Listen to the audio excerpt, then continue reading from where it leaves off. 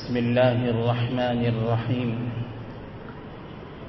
الحمد لله وكفى والصلاة والسلام على عباده الذين اصطفى. أما بعد، فأعوذ بالله من الشيطان الرجيم. بسم الله الرحمن الرحيم. ومن أهل الكتاب من إن تأمنه بقنطار يؤديه إليك ومنهم من إن تأمنه بدينار لا يؤديه إليك إلا ما دمت عليه قائما. وقال النبي صلى الله عليه وسلم: من أدان دينا وهو ينوي أن يقضيه وكل به ملائكة يحفظونه ويدعون له حتى يقضيه. وقال صلى الله عليه وسلم: أيما رجل تدين دينا وهو مجمع ألا يوفيه إياه لقي الله سارقا. وقال صلى الله عليه وسلم: ما من مسلم يدان دينا يعلم الله منه أنه يريد أن يؤديه إلا أدى الله عنه في الدنيا أو كما قال عليه الصلاة والسلام. معزز بزرگوں اور دوستوں، حضرت صعب بن جسامہ رضی اللہ عنہ اور حضرت عوف بن مالک رضی اللہ عنہ، یہ دونوں سرکار دو عالم صلی اللہ علیہ وسلم کے جلیل القدر صحابہ میں سے ہیں. ان دونوں صحابہ میں آپس میں بڑی گہری دوستی تھی. ایک دن دونوں آپس میں گفتگو کرتے کرتے ایک صحابی نے دوسرے صحابی سے فرمایا کہ مجھ سے وعدہ کرو کہ ہم میں سے جو شخص پہلے انتقال کر جائے گا اور پہلے قبر میں پہنچ جائے گا، برزخ میں پہنچ جائے گا، تو وہ وہاں جانے کے بعد خواب میں آ کر وہاں کے حالات بتلائے گا. تو حضرت عوف ابن مالک نے فرمایا: کیا ایسے بھی وعدے ہوتے؟ تو حضرت صعب ابن جسامہ رضی اللہ عنہ نے فرمایا کہ ہاں، ایسا بھی وعدہ کر دو. تو آخر دونوں نے آپس میں ایک دوسرے سے اس طرح کا وعدہ کر لیا کہ ہم میں سے جو پہلے انتقال کر جائے گا وہ اپنے دوسرے ساتھی کے خواب میں آ کر برزخ کے حالات، قبر کے حالات بتلائے گا. اور اتفاق یہ ہوا کہ حضرت صعب ابن جسامہ رضی اللہ عنہ کا پہلے انتقال ہو گیا، اور انتقال کے چند دنوں کے بعد حضرت صعب ابن جسامہ رضی اللہ عنہ اپنے وعدے کے مطابق حضرت عوف ابن مالک کے خواب میں تشریف لائے اور آ کر فرمایا کہ بھائی، وہاں کے حالات تو بڑے خطرناک ہیں، بڑے خوفناک ہیں، بڑے ڈراؤنی اور بڑے ہیبتناک حالات ہیں. دیکھو میرے ساتھ حساب و کتاب شروع ہوا اور حساب ہوتے ہوتے ابھی میں فارغ ہوا ہوں.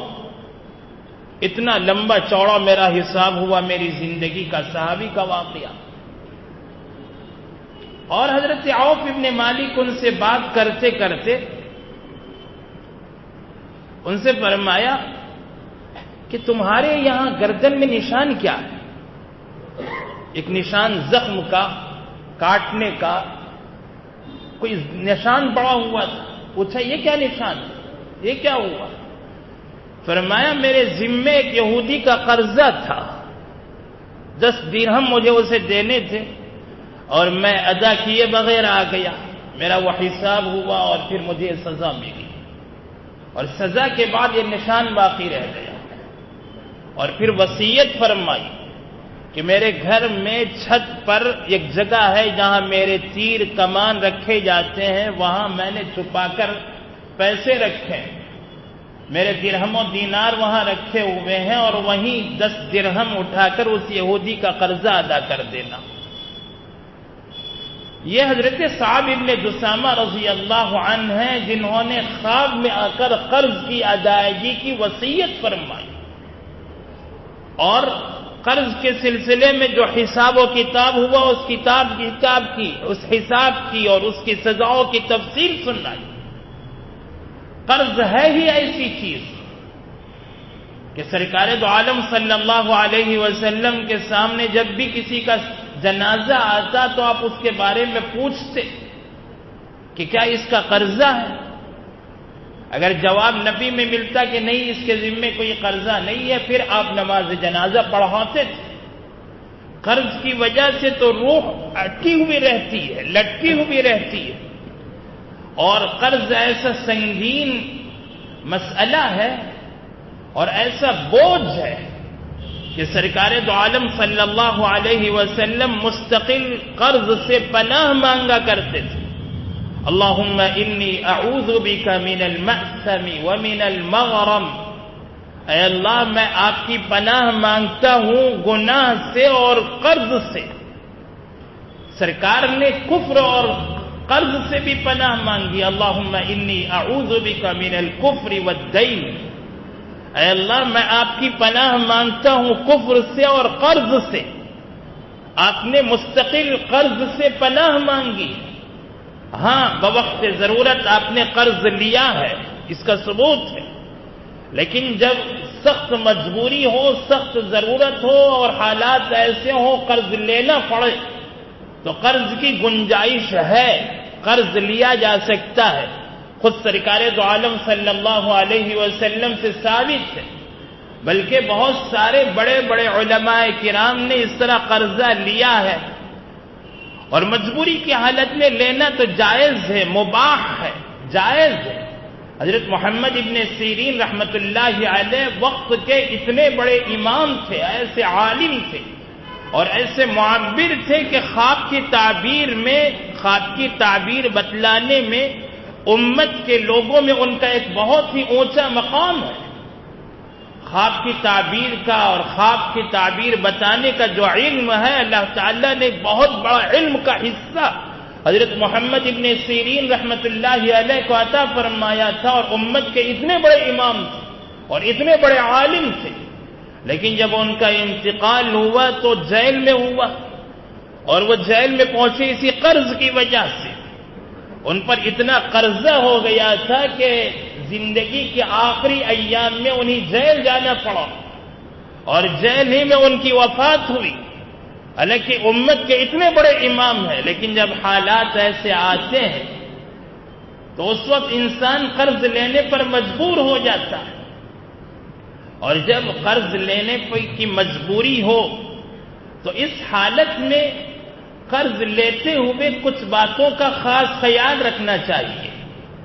پہلی بات تو یہ ہے کہ جب قرض لیں تو قرض کی ادائیگی کی امیدیں بھی ہوں کہ میں جتنا قرض وصول کر رہا ہوں اتنے قرض کی ادائیگی کی مجھے سہولت ہے، ابھی مجھے پیسوں کی ضرورت ہے، میرے پاس پراپرٹی رکھی ہوئی ہے، میرے پاس بینک میں اتنے پیسے ہیں کہ میں نکال کر اسے ادا کر سکتا ہوں، میں اپنی جائیداد فروخت کر دوں تو میری جائیداد سے ان کا قرضہ ادا ہو سکتا ہے، یا مجھے کہیں سے قرضہ آنا ہے اور میں ان کا قرضہ وہاں سے لے کر ادا کر سکتا ہوں، یا میری اتنی تنخواہ ہے کہ اس تنخواہ سے انشاءاللہ میں ان کا قرضہ ادا کر سکتا ہوں۔ جب قرض لیں تو یہ دیکھ لیں کہ اس قرض کو ادا کرنے کی میرے اندر استطاعت ہے یا نہیں ہے۔ اگر استطاعت ہی نہیں ہے، قرض کی ادائیگی کی سہولت نہیں ہے اور قرض کی ادائیگی کی امیدیں ہی نہیں ہیں، تو اتنا قرض لینا ہی نہیں چاہیے۔ ہمارے اکابرین کا معمول تھا کہ وہ قرض سے بہت ڈرتے تھے، اور کبھی مجبوری کی حالت میں قرض لے لیا تو اس کی ادائیگی کی بڑی فکریں رہتی تھی۔ حضرت قاری صدیق احمد صاحب باندوی نور اللہ مرقدہ ہمارے قریب کے بڑے بزرگوں میں شمار کیے جاتے ہیں۔ حضرت کا معمولی سا قرضہ تھا، اور اس قرض کی ادائیگی کی ایسی فکر تھی کہ اپنے گھر کے افراد کو، بیوی اور بچوں کو جمع کر کے مشورہ لیا کہ دیکھو میرے ذمے اتنا قرض ہے اور قرض کی ادائیگی کے بغیر مجھے سکون نہیں ہے، اگر سکون چاہیے تو قرض کی ادائیگی کو کوشش کرنی چاہیے. اب ادا ہوگا کیسے؟ رائے لی، مشورہ لیا، گھر والوں سے فرمایا کہ ہم قرض کی ادائیگی تک کچھ سادہ سیدھا کھا لیں گے، اور اس کا طریقہ یہ ہے کہ جب تک قرض ادا نہ ہو اس وقت تک ہم سوکھی روٹی کھائیں گے، گھر میں سالن نہیں بنے گا، اور سالن کا جو خرچ ہے اس کی بچت کر کے ہم قرضہ ادا کریں گے. جب قرض ادا ہو جائے گی پھر اس کے بعد ہم سالن بنائیں گے. جب قرض ادا ہو جائے گا تو پھر سالن بنے گا. سب متفق ہو گئے اور گھر کے افراد نے بھی صبر کا تہیہ کر لیا، مان لیا کہ گھر میں سوکھی روٹی کھا لیں گے، سالن کے بغیر کھا لیں گے، سالن نہیں بنے گا اور سالن کے خرچ کی بچت ہوگی. اس کے بعد جب بچت شروع ہوئی تو مہینہ گزرا، 2 مہینے گزرے، 3 مہینے گزرے، قرض ادا ہو گیا، سکون ہو گیا. اب آپ اندازہ فرمائیں کہ حضرت کے یہاں 3 مہینے اگر سالن کا خرچ بچا تو کتنا بچ گیا ہوگا، اور جو معمولی سی رقم بچی ہے اتنا ہی قرضہ تھا، اتنا معمولی قرضہ، اور اس معمولی قرضے پر اتنی بے چینی کہ جب تک قرض ادا نہ ہو جائے اس وقت تک گھر میں سالن نہ پکے گا. اور یہ ترتیب نکالی. قرض کی ادائیگی اتنی اہم ترین چیز ہے. اس لیے جن کے ذمے قرض ہو، کبھی مجبوری کی حالت میں قرض لے لیا تو پہلے قرض کی ادائیگی کی کوشش ہونی چاہیے. آج ہمارے معاشرے میں